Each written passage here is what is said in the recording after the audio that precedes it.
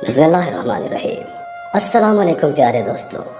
اجمیر میں اس وقت ایک مندر تھا جو اجمیر کا سب سے بڑا مندر تھا اور صرف راجاؤں اور رانیوں کی عبادت کے لیے خاص تھا۔ مندر کے ساتھ ہی ایک تالاب تھا جس کا نام انا ساگر تھا۔ ہندو اس تالاب کے پانی کو انتہائی متبرک خیال کرتے تھے۔ ان کا ماننا تھا کہ جو اس تالاب میں نہا لے گا اس کے گناہ جھڑ جاتے ہیں۔ کہتے ہیں اس مندر میں رات کو اتنے چراغ جلتے تھے کہ رات 3.5 من تیل ان چراغوں میں استعمال ہوتے تھے۔ ارد گرد کے کئی دیہات مندر کے نام تھے، یعنی ان دیہات کی آمدن مندر پر خرچ ہوتی تھی۔ مندر میں ہزاروں ملازمین تھے جن کا کام آنے والوں کی رہنمائی کرنا تھا کہ کون سا خدا بیٹے دیتا ہے، کون سا دیوتا صحت اور تندرستی کا مالک ہے اور کس مورتی کی پوجا سے دولت مہربان ہوتی ہے۔ خواجہ غریب نواز رحمۃ اللہ علیہ اس مندر میں تشریف لے گئے اور انا ساگر سے کچھ فاصلے پر چٹائی بچھا کر اپنے مریدوں کے ساتھ بیٹھ گئے۔ عصر کا وقت ہونا ہی چاہتا تھا، لہٰذا آپ رحمۃ اللہ علیہ نے حضرت قطب الدین بختیار کاکی رحمۃ اللہ علیہ سے اذان دینے کا کہا۔ کفر و شرک کے گڑھ اجمیر میں اللہ کی وحدانیت اور محمد مصطفیٰ صلی اللہ تعالیٰ علیہ وسلم کی رسالت کا یہ پہلا اعلان تھا۔ وہ لوگ اسلام سے مکمل طور پر لا علم تھے، نہیں جانتے تھے کہ اسلام کیا ہے۔ چنانچہ اذان کی آواز سن کر وہ حیران ہوئے اور اپنے گھر سے نکل آئے۔ سب مسافروں نے انا ساگر کے پانی سے وضو کیا اور نماز پڑھنا شروع کیا۔ سب ہندو حیران رہ گئے کہ سب بھگوان تو اندر ہیں، تو یہ لوگ آنگن میں کس بھگوان کو سجدہ کر رہے ہیں۔ جب شام ہوئی تو راجا کے اونٹ جو دن میں چرنے کے لیے گئے ہوئے تھے اپنے چرواہوں کے ساتھ واپس آنے لگے۔ اتفاق سے جہاں حضرت خواجہ رحمۃ اللہ علیہ اپنے ساتھیوں کے ساتھ بیٹھے تھے وہ جگہ راجا کے اونٹوں کے بیٹھنے کی تھی۔ چرواہوں نے بابا صاحب رحمۃ اللہ علیہ سے کہا، اٹھو بابا، اونٹوں کے بیٹھنے کی جگہ خالی کرو۔ آپ رحمۃ اللہ علیہ نے فرمایا، اتنا میدان پڑا ہے، اونٹ تو کہیں بھی بیٹھ جائیں گے، کیوں مسافروں کو تنگ کرتے ہو؟ وہ نہ مانے اور مسلسل اصرار کرتے رہے کہ اونٹ اسی جگہ بیٹھیں گے۔ آخر انہوں نے بہت بدتمیزی سے کہا، یہ راجا کے اونٹوں کے بیٹھنے کی جگہ ہے اور ادھر راجا کے اونٹ ہی بیٹھیں گے، تم لوگ کہیں اور ڈیرا لگاؤ۔ آخر آپ رحمۃ اللہ علیہ نے اٹھتے ہوئے حضرت قطب الدین سے فرمایا، اٹھو قطب الدین، یہ کہہ رہے ہیں کہ اونٹوں کے بیٹھنے کی جگہ ہے، تو چلو اونٹ ہی بیٹھے رہیں۔ یہ کہہ کر آپ رحمۃ اللہ علیہ اپنے ساتھیوں سمیت وہاں سے اٹھ گئے۔ اگلی صبح جب اونٹوں کو چرائی کے لیے لے جانے کا وقت آیا اور چرواہوں نے اونٹوں کو اٹھانا چاہا تو انہیں پتہ چلا کہ اونٹ تو اٹھنے کے قابل ہی نہیں ہے۔ انہوں نے اونٹوں کو مار مار کر زبردستی انہیں اٹھانا چاہا لیکن وہ بیٹھے ہی رہے۔ چرواہے پریشان تھے کہ جو اونٹ ان کے ایک اشارے پر اٹھ کے بیٹھ جاتے تھے آج کیا ہوا ہے، کیوں نہیں اٹھ رہے؟ آخر انہیں یاد آیا کہ کل اس مسافر فقیر نے کہا تھا کہ چلو اونٹ ہی بیٹھے رہیں۔ لوگ اکٹھا ہونا شروع ہو گئے۔ کوئی کہہ رہا تھا فقیر کوئی کامل جادوگر ہے، اور کسی نے خیال ظاہر کیا کہ وہ کوئی بھگوان کا اوتار ہے۔ دھیرے دھیرے بات راجا تک پہنچ گئی کہ ایک مسافر فقیر نے راجا کے اونٹوں پر جادو کر دیا ہے۔ راجا نے خواجہ صاحب کو پیغام بھیجا، تم کیسے فقیر ہو جو بے زبانوں کو باندھ کر رکھتے ہو؟ یہ بیچارے بھوک پیاس سے مر جائیں گے، اس لیے مہربانی کر کے اپنا جادو واپس لے لو۔ آپ رحمۃ اللہ علیہ نے فرمایا، ہم مسلمان ہیں اور مسلمان بد دعا نہیں کرتے، نہ ہی جادو کرتے ہیں۔ جاؤ کہو کہ جس کے حکم سے بیٹھے تھے اسی کے حکم سے اٹھ کھڑے ہو۔ اب جو جا کر اٹھایا تو اونٹ فوراً اٹھ گئے۔ ہندو کی دلچسپی ان مسافروں میں بڑھنے لگی۔ 5 وقت اذان ہوتی اور نماز ادا کی جاتی۔ آخر راجا تک یہ بات پہنچ گئی کہ کچھ فقیر آئے ہیں جو مسلمان ہیں، 5 وقت اذان دیتے ہیں اور ہمارے پوتر تالاب کو ہاتھ منہ دھو کر بھرشٹ کرتے ہیں، یعنی کہ ناپاک کر دیتے ہیں، اور تو اور ہمارے دھرم کے خلاف باتیں کرتے ہیں۔